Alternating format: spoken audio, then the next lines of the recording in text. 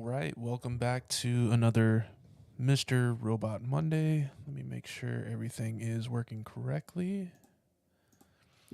Got a new audio interface here, so I'm just kind of testing it out, playing around with it,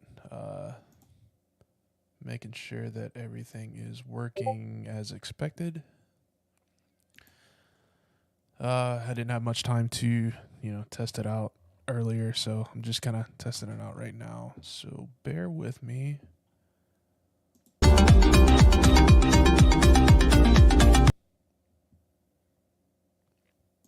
So bear with me. All right, it seems to be working just fine. So bear with me. All right, it seems to be working just fine. All right, it seems to be working just fine.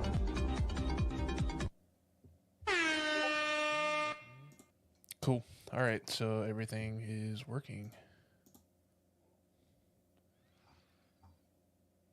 Wait. Cool. All right, so everything is working. Getting a little bit of feedback here. 1 second. Let me actually mute my mic. Getting a little bit of feedback here. 1 second. Let me actually mute my mic. Getting a little bit of feedback here. 1 second. Let me actually mute my mic.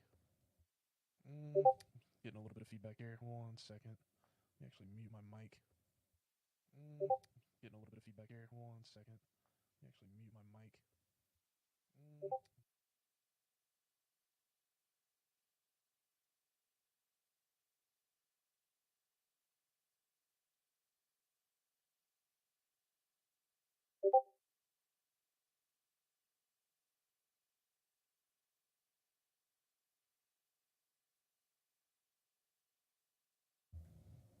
Okay, let me try this.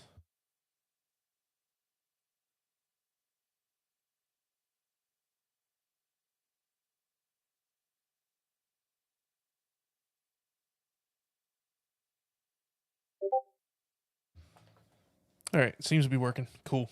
We are good to go then. All right, so welcome back for another Mr. Robot Monday. Today, I'm not even sharing my screen. Let me present. Share screen. And then entire screen.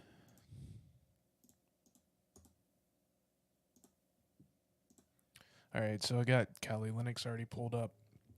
I'll need to connect to the Hack the Box VPN.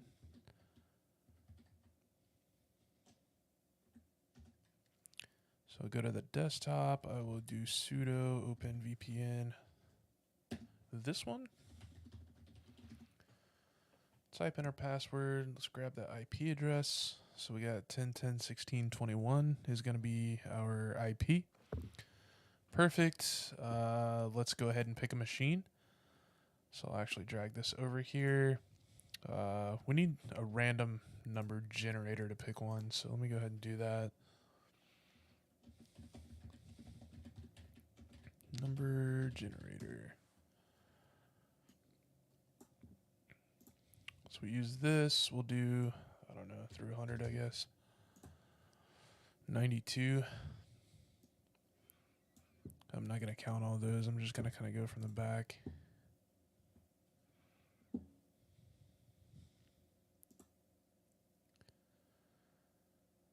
That's too much to count. I wish it would list like how many are on each page.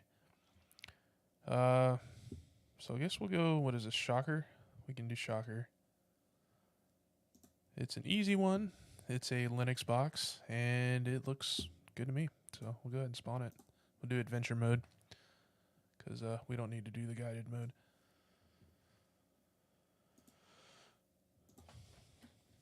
All right, let's see. So we need to do nmap, scan for those ports. Actually,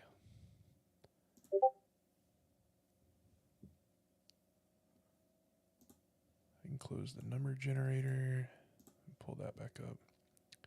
Wait till we get an IP address.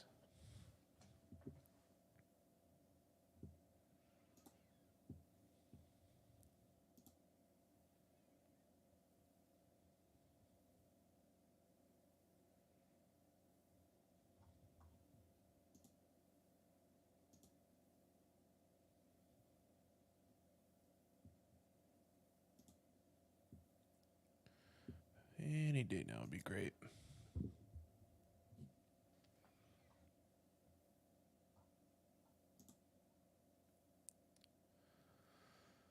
It's going to take it a little while to boot up, I guess. Let me just get situated here. So hopefully the audio is going to be a little bit better this time. We got the Rode Streamer X going. I need to get a 4K camera for it because the one I have right now is just 1080p. But once we get that, I'll have the studio set up downstairs. They actually finally finished the downstairs area, so hopefully I'll have better quality setup here soon.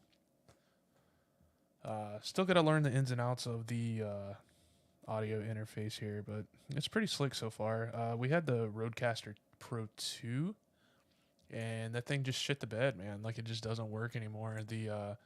It gives an error message that it's not getting enough power supply. I tried replacing the power supply. That didn't work. Apparently, it's been an ongoing thing. Had it occurred when it was in the 1-year window of the warranty, I could have replaced it for another one and gotten it for free. But I haven't used it in a very long time, so that warranty has gone away. So basically have a $700-800 paperweight sitting on the desk now. So, but decided to give Rode another chance since we do have the Rode mics and everything else that came along with it. So we tried out this Streamer X. We're gonna see how this does. Come on, boot already.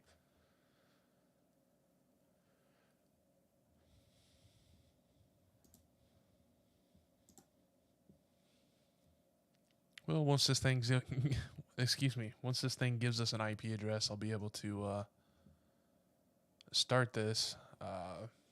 Didn't have much time to prep today with getting all this stuff sorted, but I always pick a random one anyway, so it's on the fly. So this is part of the hurry up and wait, I guess.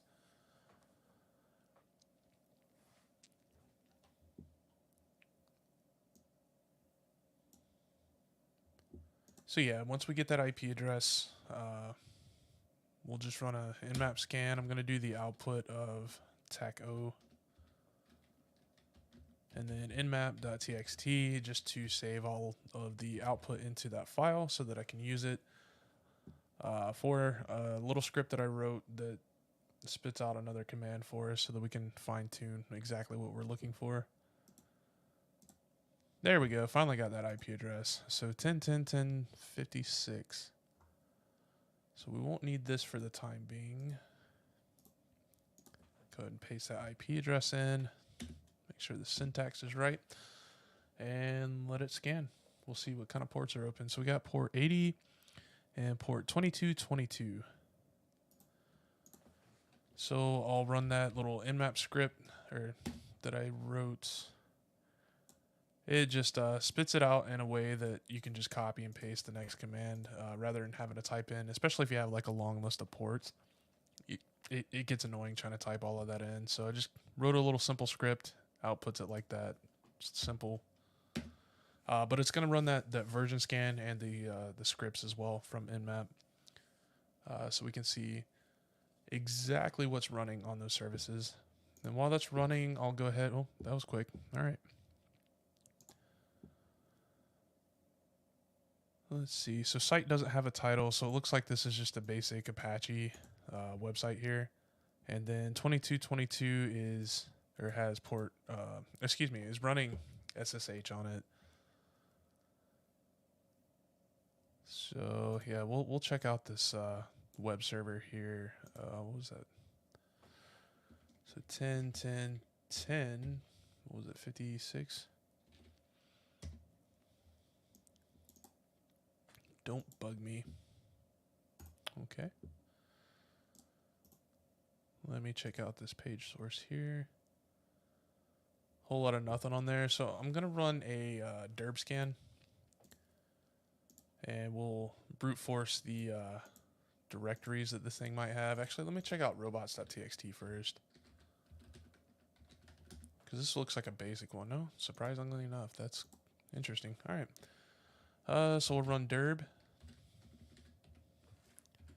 We'll use that same word list there, but let's replace this with 10, 10, 10, 56, and this is HTTP. HTTP, not HTTPS. So there is no secure socket there. We'll let that run and see what it finds us. In the meantime, let me see if there's any known vulnerabilities for this specific version of Apache. We'll check out the exploit database there.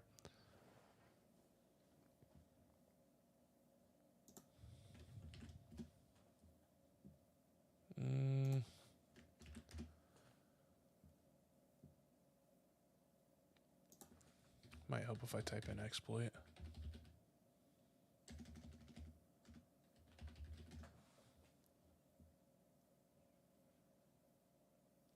Seriously lagging. There we go. 2418. Nope, nope, nope. All right. So doesn't look like they have anything. I'm not seeing anything there. We'll check out our scan.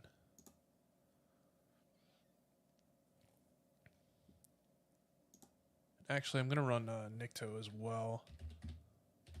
It's been a while since I've used this. I need to know the syntax for it. I believe it's just -u. Oh, no, it's a -URL. No.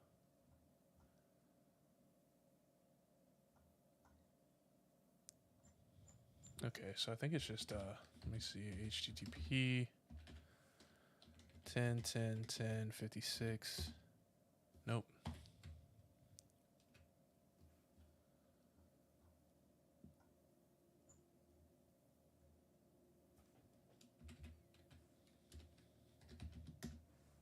Okay, so it is -URL, like it says there. It's been a while since I've used this tool. It's kind of cool. Like it does a lot of directory fuzzing, like kind of brute forcing for you with its own word list. It'll also tell you some like random vulnerabilities that it might find and like where to actually go to see what type of vulnerability it is.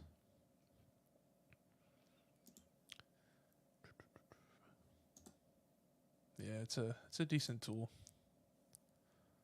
A lot of the information it'll give you, like generally speaking, it's not going to be some vulnerability that will have some kind of exploit that'll work, like the anti-clickjacking X-frame options. You're not going to be able to do much with this.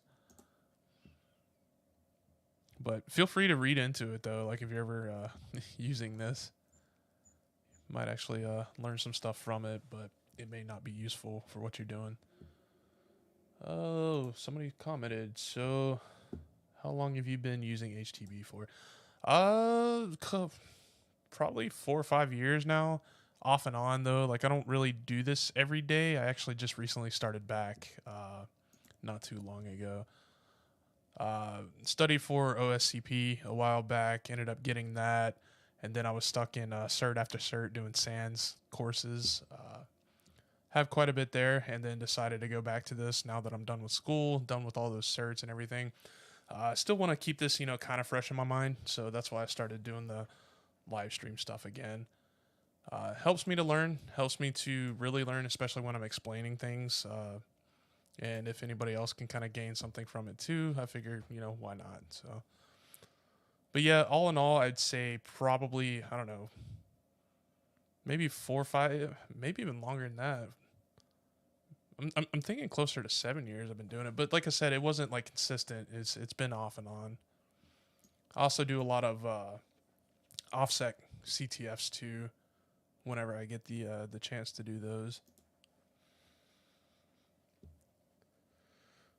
All right, looks like we're not finding much here. Whoops, did not mean to do that.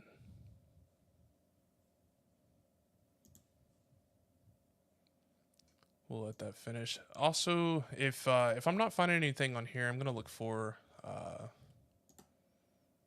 maybe subdomains.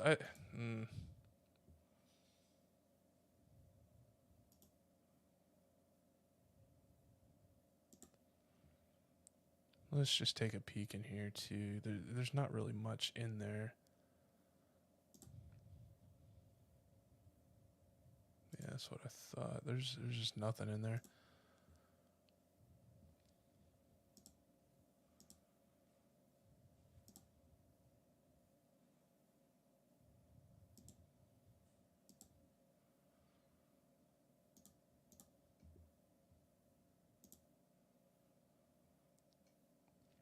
And this is the unfortunate reality sometimes. Just have to wait on scans to get done. Uh, Doing this real world with like pen testing and whatnot, it can take a very long time, but you'll find other things to kind of do, other things to kind of try at the same time. But if this is your main focus, there's not much we can really do past this point, right? We just got to wait it out.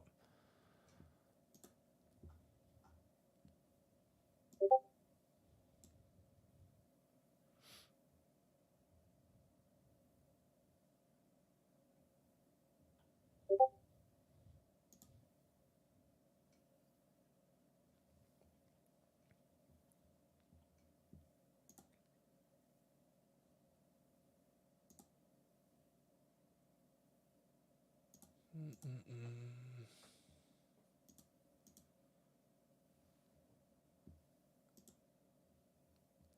I may even have to use another word list there, just depending. Like sometimes longer word lists, I mean, they're going to have more words on it, you know? So, like I said, it's part of the unfortunate reality of hacking is like a lot of the times it's a long, drawn out waiting process for tools to complete whatever task it is.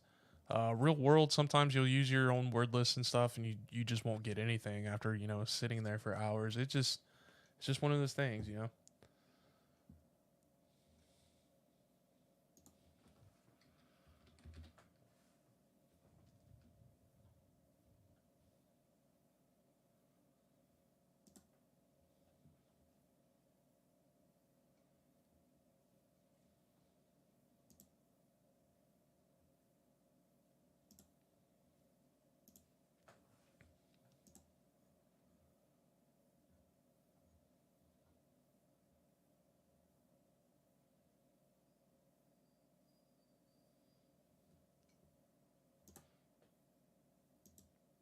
I'm actually let me try a different tool. Uh, so there's Derb and then there's Derbuster. Derbuster has a GUI. Sometimes I like using it, sometimes not so much. It just depends. It'll kind of slow down everything sometimes. But you can also go a lot faster with the word list sometimes, depending.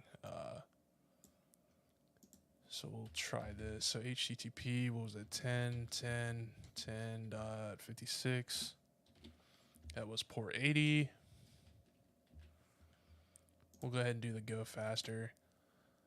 So let's go ahead and pick.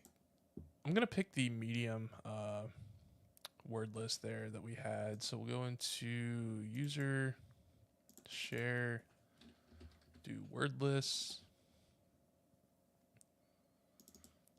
Derbuster, I'm gonna do the medium here.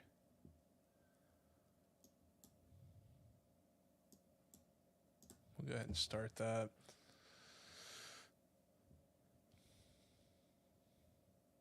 Okay, so yeah, I must have typed in something wrong for Derb, because there's already stuff popping up here.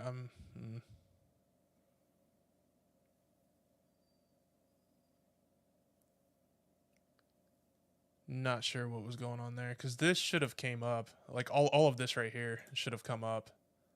So we have a folder for icon, CGI bin, icon small. Oh, that's why. It's because I didn't have it set to it. It should have been set to.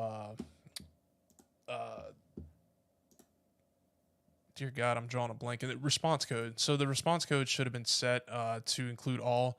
Instead, right now it's only including 200, right? So that's why nothing was showing up here. But this one's including things like 403, stuff like that. So that is why.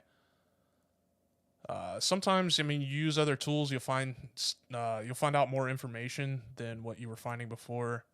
All part of the process. So we'll just let that run. It also does this recursively, right? So if it does find a directory in there, it's going to go through that directory and kind of run the same things again, just to see if there's any other directories within it, any other kind of files within it. So we'll let that just run there for a moment and see what we can find with it.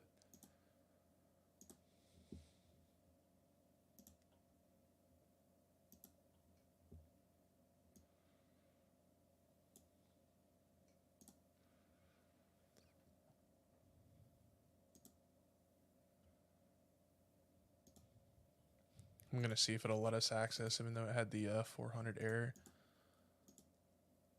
What was that, CGI bin? Uh-oh, didn't mean to do that.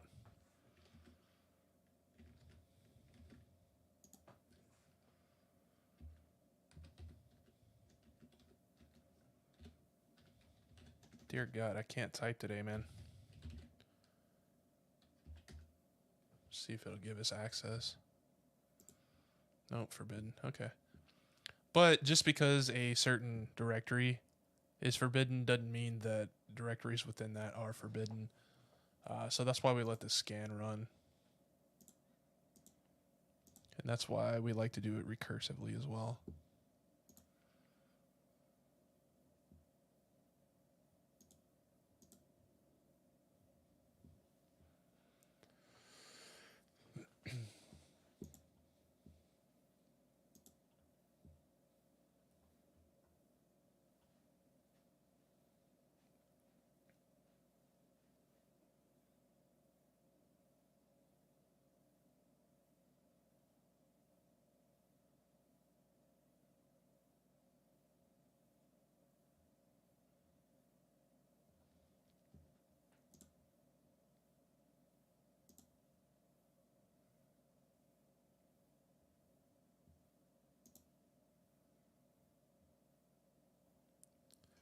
Oh, man. Yeah, it's taking forever. Yeah, if you're viewing in, you can let me know if you have any questions on anything. I can certainly take questions and stuff while these things are running, but if not, completely fine. Thanks for being here anyway. I'm actually kind of wondering if we should dive a little bit deeper into the CGI bin.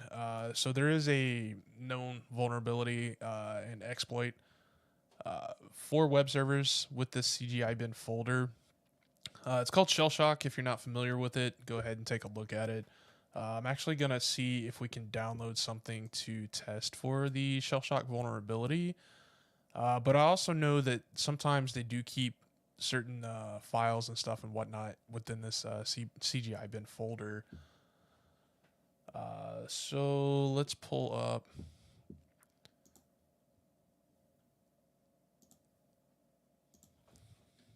Let's go ahead and Google for Shellshock vulnerability. Still can't type today. I'm exhausted, man. It's been a long weekend. Today, I did not want to go back to work either. There we go, Shellshock. Exploit GitHub. We'll search for that.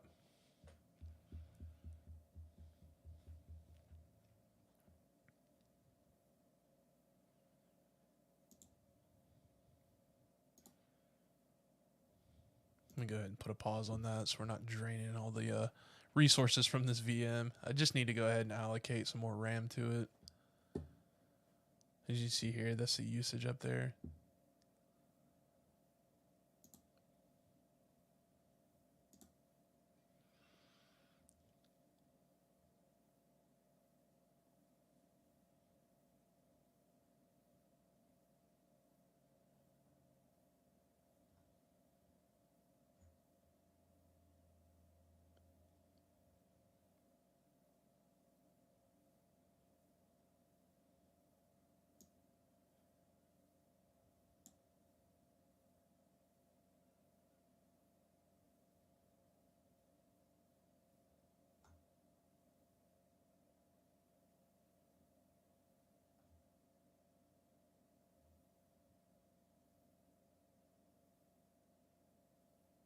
All right, sorry, just reading over this. So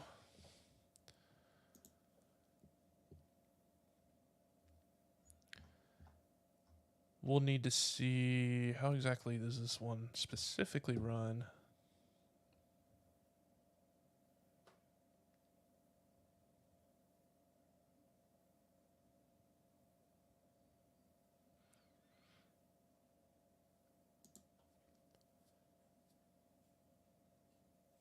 So we don't know what kind of vulnerable files might be in there.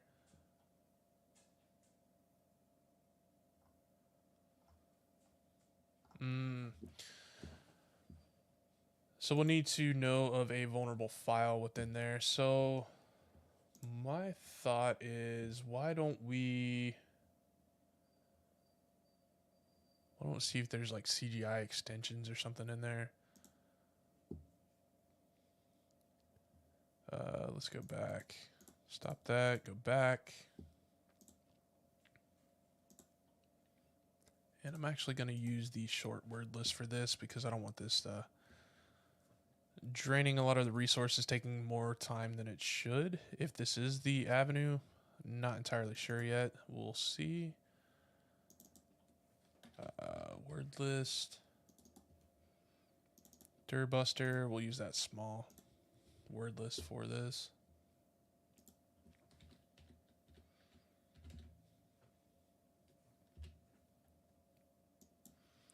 And so we can do, we'll do file extension txt, see if there's like a text file in there or whatnot. We'll do CGI. We'll do, what else can we do? We'll do py, see if there's any Python scripts in there. We'll do sh, see if there's any like bash scripts in there that might run. We can do PL. We just do like all of the different languages and stuff. We'll just start with that. So we'll see if there's anything within that directory that might be useful to us to see if that shell shock vulnerability is a thing. If not, you know, it is what it is. We'll just see what other kind of avenues we can think of. Okay, there's a user.sh. What is this?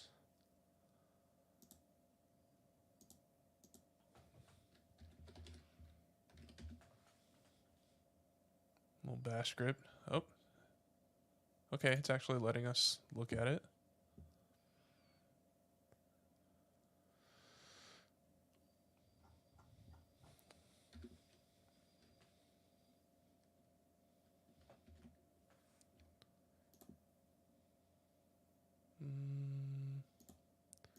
Let me actually open that with mousepad here.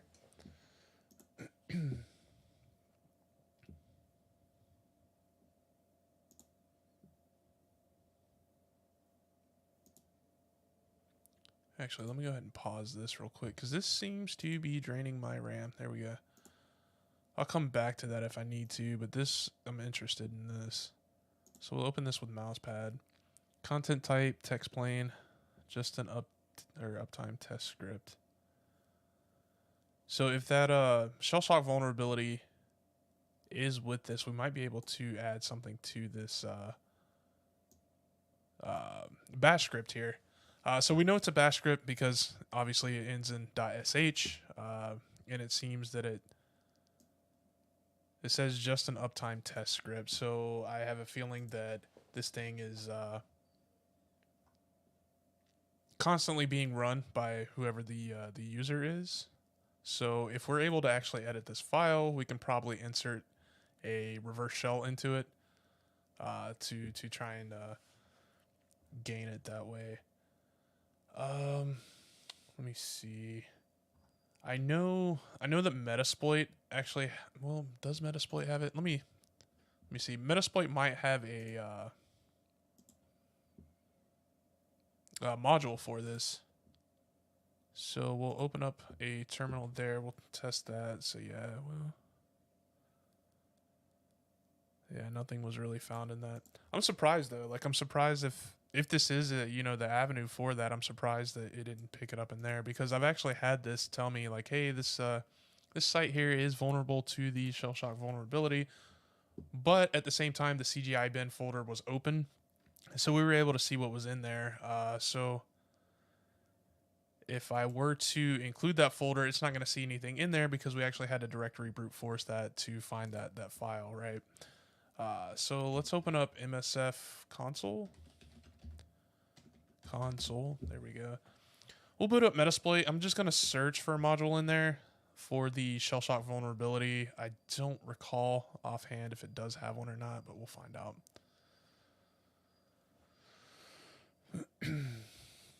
And so we'll just search shell shock. Okay, what do we got? Let me try that again. There we go. A little bit easier to read that way.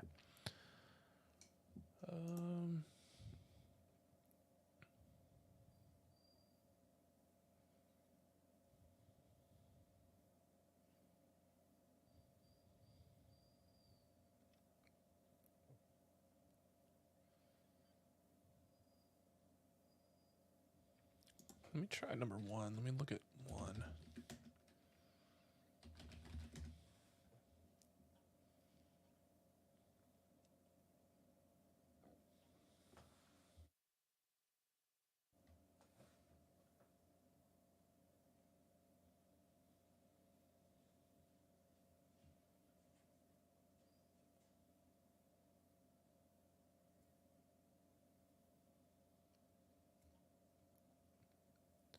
Okay.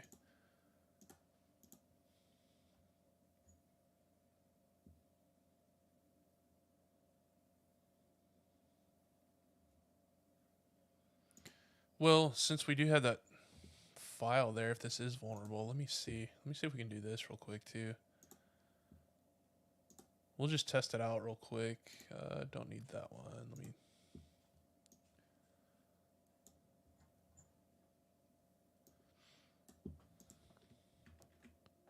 So we'll just hit it with a curl command. And this is port 80, and this was user.sh.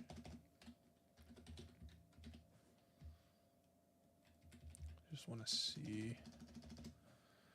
Was it 10.10.10.56, right? So it does work. That's perfect. Okay, so yeah, it is a shell shock vulnerability then. So it looks like we have a user Shelly on there, and root. Cool. Yeah, so we were able to cat the Etsy passwords. So actually, what I'm gonna do is pull up one of my favorite sites here, the reverse shell generator. And so we'll type in our IP address. We'll add 21, port 4444. And I'll pick this one. See if this reverse shell will work for us. If you're not familiar with revshells.com, awesome tool. You just type in your IP address, your port number, and then you can pick from the many different reverse shell options in different languages and whatnot. Really awesome tool. You can do the reverse shells, you can do bind shells, spit them out in MSF Venom and Hoax shell. You can also just copy and paste your listener command there if you want to, but really great tool. Highly recommend using it, especially for things like OSCP, capture the flag, whatnot. It just makes it a lot easier. You can have these in your notes too, but it really just makes it easier because your IP address is already included in it, as well as the port number. So what I'm going to do is we will... Actually, let me just open up a new one. There we go.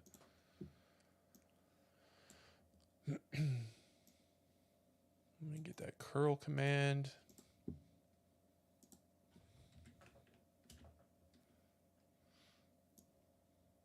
We will cut that. And since we have remote code execution, since I was able to cat that Etsy password file, I'm going to try the remote code execution for this, the reverse shell, and try and call back to myself here. So we'll set up a netcat listener on port 4444. And let's see if this works. Let me copy this.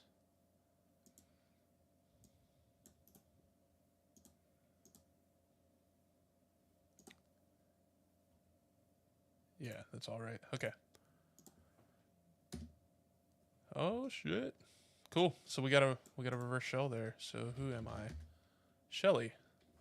So it looks like Shelly is the one that constantly runs that command then. So we'll print working directory. Okay, so we are in the CGI bin. Let's go to home directory. We got Shelly there. Let's go ahead and grab that user flag. So we'll cat user.txt and put that flag in. Where is...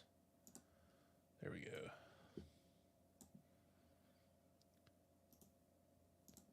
Paste that in, make sure it's correct. Boom, user flag owned. So I don't think that was terribly difficult. I want to say it was very easy. It was just very time consuming. There was a couple avenues that we had to try, right? Like tried the directory fuzzing. It was only the first scan that we did was only looking at the 200 response code from the server. It wasn't including the 400 response codes, so we tried a different tool, and that was actually feeding out the 403, you know, the forbidden response codes for us, so that we knew that something was actually there.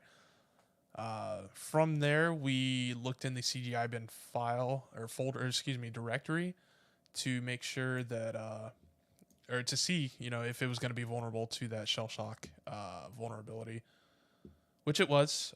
We actually had to look for other files in there to kind of use for that to make sure that it was vulnerable. And ended up running a command that we found on this GitHub page. So we exploited it with a one-liner. Tried this first. It spit out the Etsy password file for us, and then tried it with a reverse shell. Boom, we are in. So from here, what are we going to do? Let me pull up notes real quick from Notion. And I'm going to see if I can't strengthen that shell. So if this is your first time viewing this, Notion, really awesome tool to use as well for all of your hacking notes. While I was doing OSCP, I took all of my notes in here, OSWP. Majority of my labs and whatnot, I recorded everything that I was doing, put it all in there. But I also made a ton of notes so that I can remember certain commands for tools. You can do screenshots and everything in here. You can type everything with whatever kind of language you want. Really awesome tool. You can also share it with people too. So I'm actually sharing with one of my friends so that he can study for OSCP. Though he's not using my OSCP notes, that wouldn't be allowed. He's only using what I have here, which are certain commands for some of the certain tools. Again, though, Notion.so, highly recommend using it. Yeah, really awesome tool. So I'm actually going to do a stability command for this shell here. There we go. So Shelly at Shocker. Cool. All right. So what else do we have here? What was it? Selected editor. What is selected editor? Is that a directory? No, it is not. So nano cache. So let me cat this selected editor here.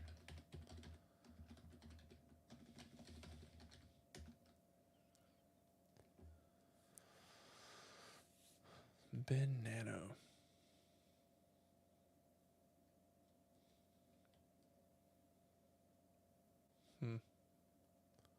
That's weird. All right, so the first thing I'm going to do actually is I am going to set up a Python simple server. Actually, I need to change directory into the downloads page or downloads directory. And here, as you can see, I have linpeas.sh. So linpeas is just a really cool tool used for privilege escalation and kind of finding those avenues. It's really one of the first steps I take besides typing in sudo -l, but we don't have a password, so I don't think that's going to work, but I'll try it. Oh, okay. Oh, so we can run Perl commands as root or using sudo. So maybe I don't need to do that. Actually, what I'm going to look up is GTFO bins.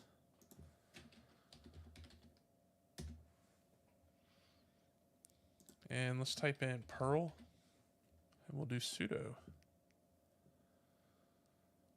And we'll see if we can just run this. That might be one of the easiest ones I've done. Let's see. Oh, hold on.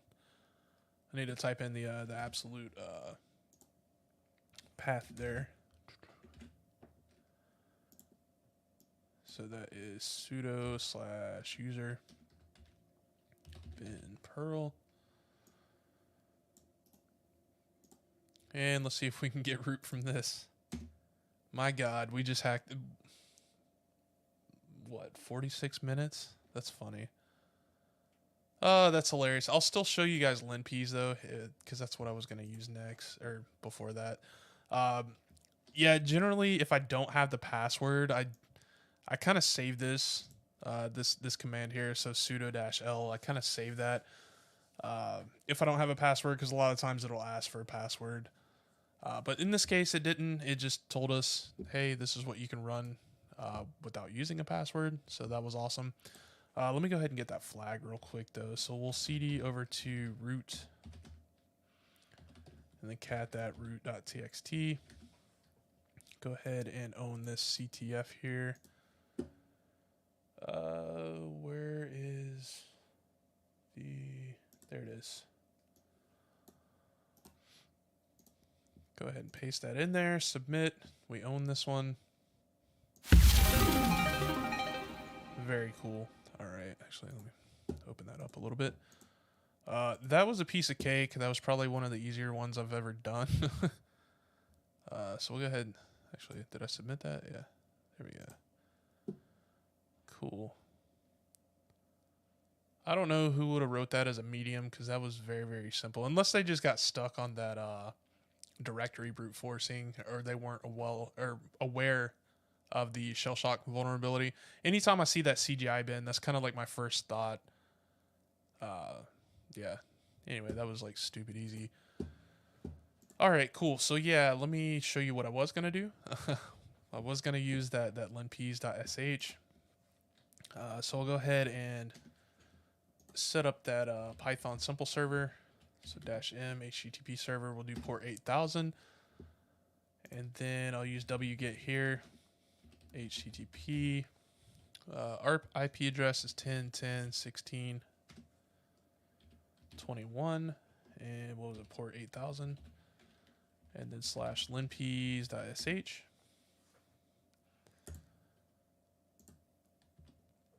I may not need to run this as root, but whatever. chmods, we'll change that to an executable, linps.sh, and then we'll go ahead and run it. So yeah, really cool tool. Yeah, you're already root. I know that. So normally you wouldn't need to run this as root. Well, hi, how's it going? Thanks for joining. But yeah, normally you wouldn't have to run this as root. Obviously, there's no need to, right? Because we already have it, and this is for privilege escalation. But just showing you what I would have done had that sudo -l not worked. This script is really, really awesome. Anything that shows up in this red and yellow is 99%, a privilege escalation vector. And anything in red you might want to take a look at, because you might be able to leverage whatever is there to essentially get root. Yeah, I mean, I try to be chill, but sometimes I get frustrated at these, but it's all a learning experience, right? Kind of doing this for myself so that I can learn a little bit more at a time, still keep the stuff fresh in my mind. Because I don't necessarily do this for work. I mean, I am in the cybersecurity field, but I don't really do a lot of this stuff every single day. But What what's the wildest ideas you have that can happen in real life? As far as what? Like what kind of context? Like for hacking or what?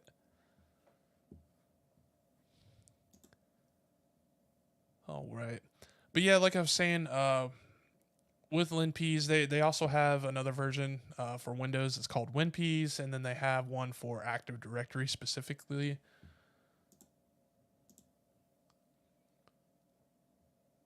Like it can change the world. Yeah, I don't know, man. That you kind of put me on the spot there. I'm not really sure. What about you?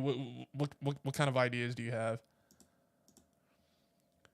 What exactly is my job? Yeah, so I actually work for a company. I'm not going to mention the name, but they do essentially EDR or managed detection and response.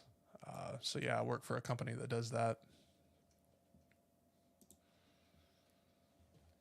But this stuff has always fascinated me. Got many certs in this. I have a lot of friends that do this for a living. Uh, anyway, I just find it really interesting. Maybe one day I'll kind of pivot into that as a job, but for right now, I'm kind of happy where I'm at. I just kind of do this for fun, fun and learning, I guess.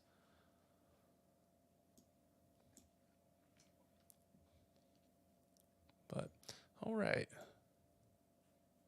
cool.